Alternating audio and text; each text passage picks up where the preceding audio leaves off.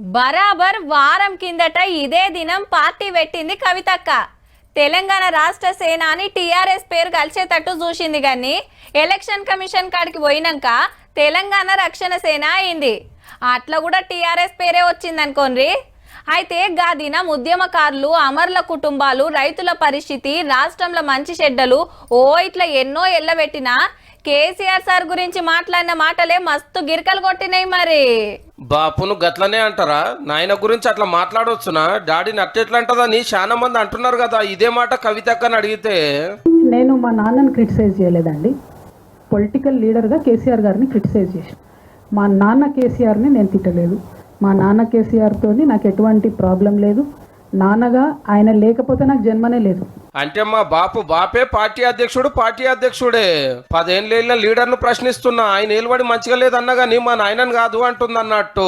తెలంగాణ రక్షణ సేన పవర్లకు రాగానే ఒకపారే 4 లక్షల జాబులు ఇస్తాం, ప్రైవేట్ దవాఖానలగిన ఫ్రీ వైద్యము, ప్రైవేట్ స్కూళ్ళలో కూడా చక్కటి చదువులు, ఉద్యమకారులకు 1,00,000 కొలువులు, అమరుల కుటుంబానికి ₹1 కోటి, అందరికి సామాజిక న్యాయం, ఇట్లా పాంచజన్యం పేరుతోటి హామీలు ఇచ్చింది కదా.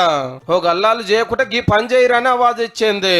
నేను చెప్పే ఈ వల్నరబుల్ సెక్షన్స్ దగ్గర కమిట్మెంట్ లేకపోతే పక్కకే అసెంబ్లీ ఉంది, అసెంబ్లీ ముంగట్నే అమరవీరుల స్తూపం ఉంది.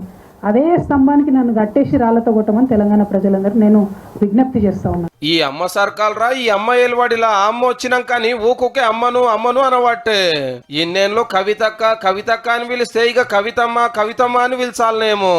48 ఏళ్లకి రాష్ట్రంలో ఉన్న అందరికీ అమ్మను అనుడు కరెక్టేనా మేడము? నేను అమ్మలాగా పరిణితి చెందాలనుకుంటున్నా అని చెప్తే అమ్మెట్లయితావు నువ్వు అమ్మెట్లయితావు అంటున్నావు. 100% చెప్తున్నా.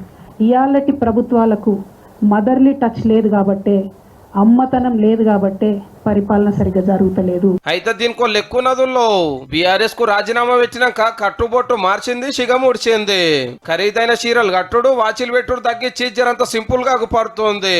తమిళనాడు జయలలితమని ఫాలో అవుతున్నట్టున్నదని చాలా మంది అంటున్నారు. ముసలి లీడర్లు కూడా ఆమెను అమ్మ అని పిలిచేటోళ్ళు. గసొంటి మర్యాద గుర్తింపు కావాలని కవితమ్మ కూడా కోరుకుంటున్నదో ఏమో మరి.